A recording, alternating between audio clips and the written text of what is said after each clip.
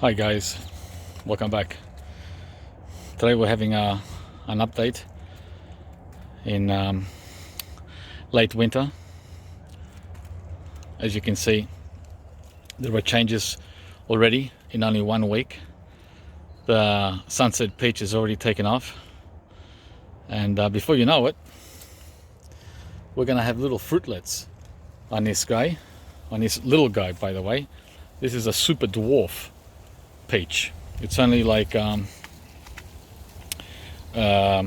hip high, at my hip, maximum height, and he's usually the first cab off the rank when we get closer to spring, which is just around the corner.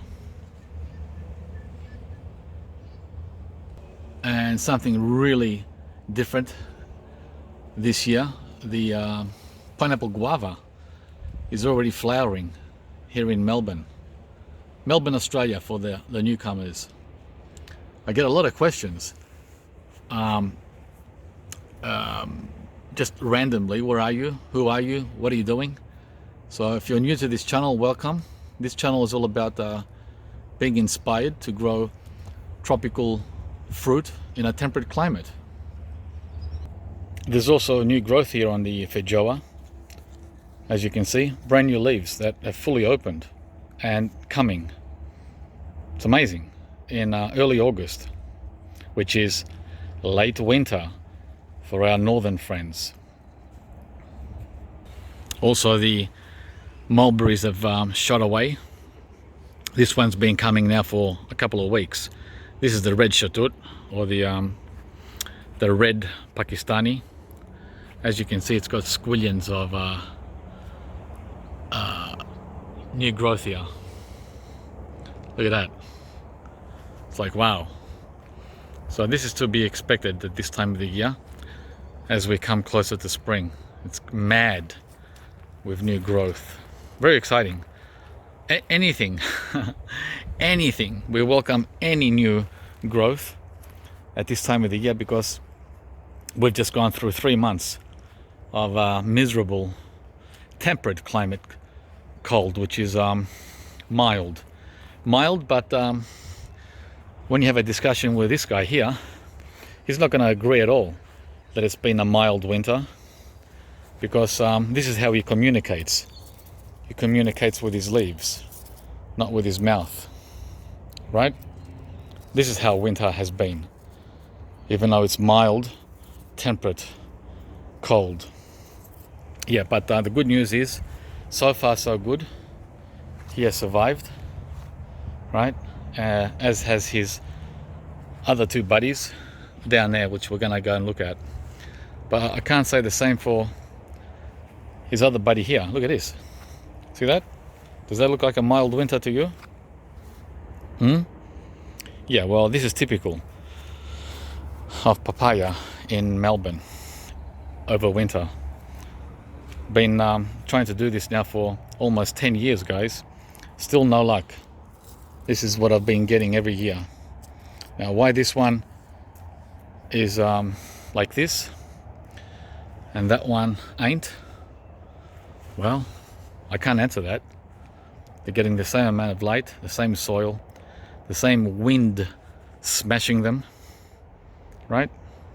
Pretty much same. And then the one over there is somewhere in the middle. He's half smashed and half okay. Go figure. I don't have the answers. That's why I'm doing experiments, which no one else is doing here in Melbourne. That is in public. We also have the nectarine here that's waking up. Stone fruit usually are first. This is an early variety, which is ready at the end of November, which is the end of spring, beginning of summer. It's already got new leaves coming, as you can see there. So, yeah, this is a dwarf variety. I was going to pull this one out and put a tropical there, but we'll see. This one gets fruit fly. Yep, fruit fly has arrived in Melbourne. something unheard of 5 years ago, but very common now with stone fruit and other pepino and other fruit. Hicks Fancy Mulberry is also waking up, coming back all the way up with new growth. Yep, beep beep, we're awake. Excuse me if I have a white sapoti whilst we go on this tour. Nice.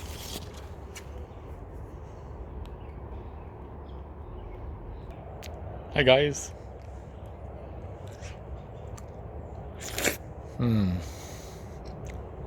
This is the Vernon.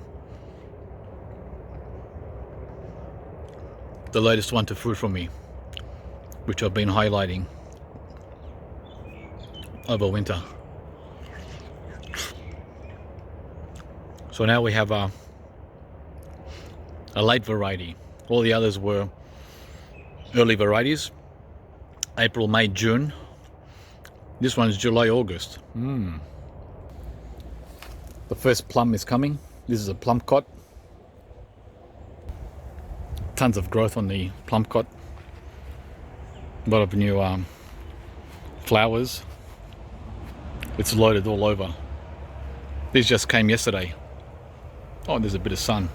It's been very cold, guys. I keep saying it. Even though I'm in my t-shirt. Well, the best way to warm up when it's cold is to do work. That's how.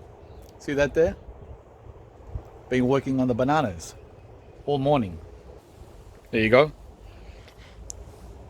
They're the bananas I harvested over the last few weeks, but I didn't pull down the plant. So, yep, making room for the next pups coming over summer. See them there, those two? Yeah. And down there I've pulled out another banana, which I harvested a few days ago. Look at that massacre. No, it didn't collapse. I did it a few minutes ago.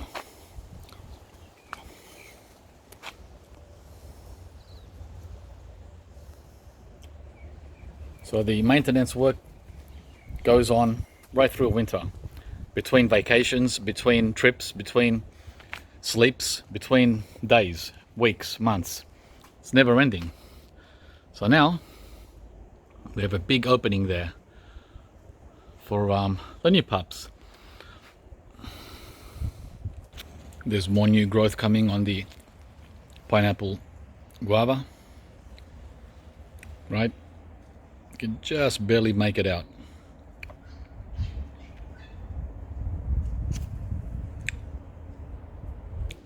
Nothing going on with the Glen. Still waiting for some warm weather, just like I am.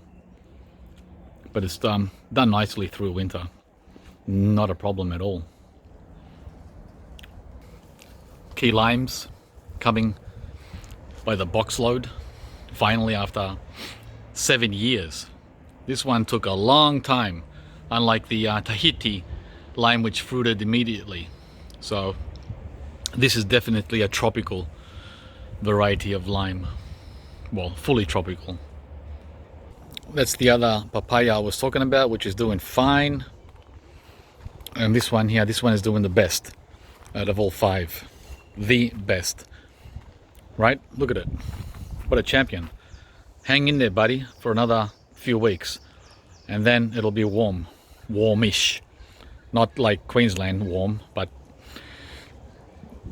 Victoria warm, which means 21 Celsius. Not 30, sorry. 30 ain't happening here till November. So the white guava, which we showed a month ago, is all finished now. Maybe 1 or 2 fruits left. But already, look, it's coming with new growth. See that? Already. Only days, minutes since landing its last fruit. So it's usually the tips. There is one here, but again, they get this mushiness when left on a tree too long. So definitely have to be picked sooner than later, as I've said before. That's where half of them went, the ones that weren't picked. Strangely enough, there's a green one on there. He must have come very, very late. So he won't be ready, if he will be at all, till spring.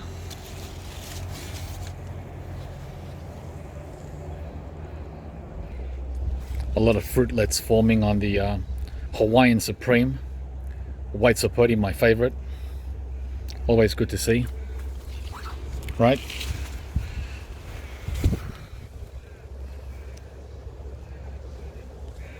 Looks like a bumper crop, finally, after 3 years of, what's the word? Scarcity? Yeah. So, it's doing really well. A lot of flowers all around. Really happy to see the Hawaiian Supreme White Sapote doing its thing. Thank you. Needless to say, the Vernon is outdoing all of them. Absolute amazing with the amount of flowers. If you can see them all there in this shot. The Panama berry is still alive. Always good to see. Hope it hangs in there like the papayas for spring. It's a big deal here, guys. Panama berry, peanut butter fruit, papaya. Big deal in Victoria, in the ground. We're talking, by the way, everything we're talking about here is in the ground, not in a heated greenhouse.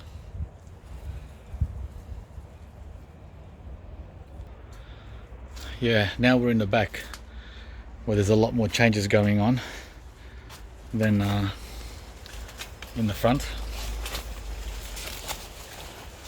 It's almost double the garden size back here. So what we have here is the curry. It's hard to film it because of the lighting not being to my advantage.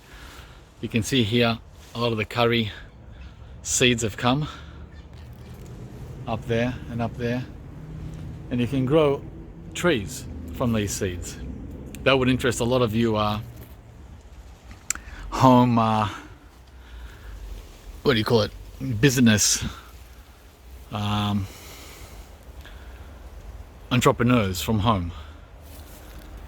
So yeah, you can do that as well. Even this, on this little side shoot here, there's seeds coming. Look at that. Yeah, pretty cool. So that's the curry that we're looking at here, which has had a bit of a tough life in this position because one of the bananas last year collapsed in one of the storms, and it fell on the curry tree here, and I had to sew it back together. It still hasn't completely mended. See that crack there? A year later, or whatever, 9 months. Still waiting for it to mend, but it's alive. Both these branches are alive, even though they split right all the way down. I'm talking about this curry tree here, if you're not familiar with it. Another change is this gooseberry. It's touching the ground, which is not good. Well, it's a lot better than what it was last year. I sort of routed it all into this trellis in here for support, and it worked. But it's so vigorous, it's gone crazy. It's just done its own thing. So we just hope that it'll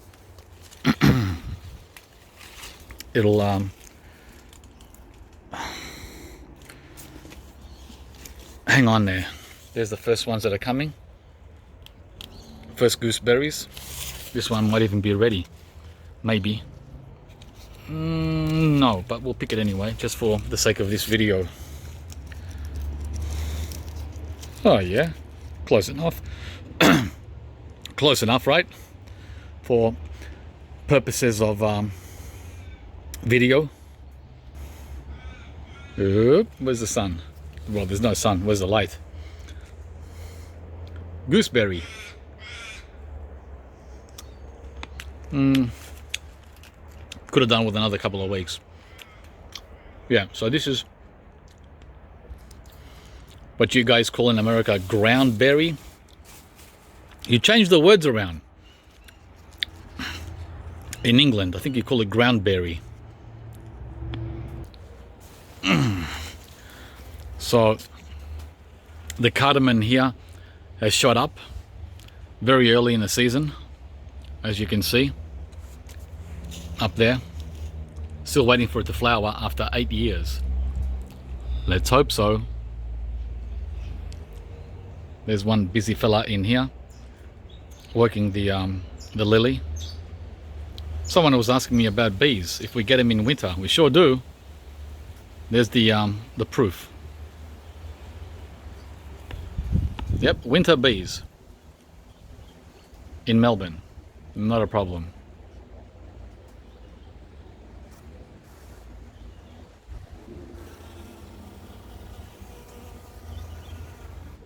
The 20-year-old bay leaf tree is getting ready to flower. It's been budding now, well, since June actually, and the buds just sit there and wait, just like avocado buds. It's a waiting game. So they open sometime around September, and it's loaded with flowers to come.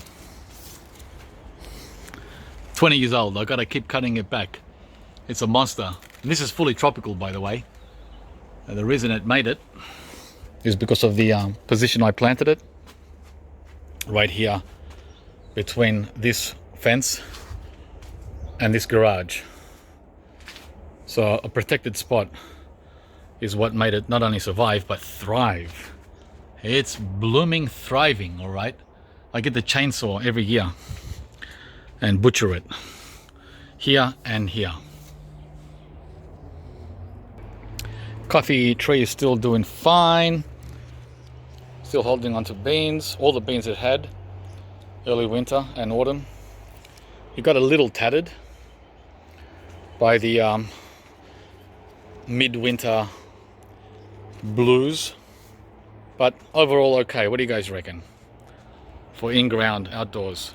Not too bad at all, actually. You can't tell the difference from temperate and tropical coffee. Wow, where do I begin back here? There's so much to show you guys. Maybe I should do a part 2.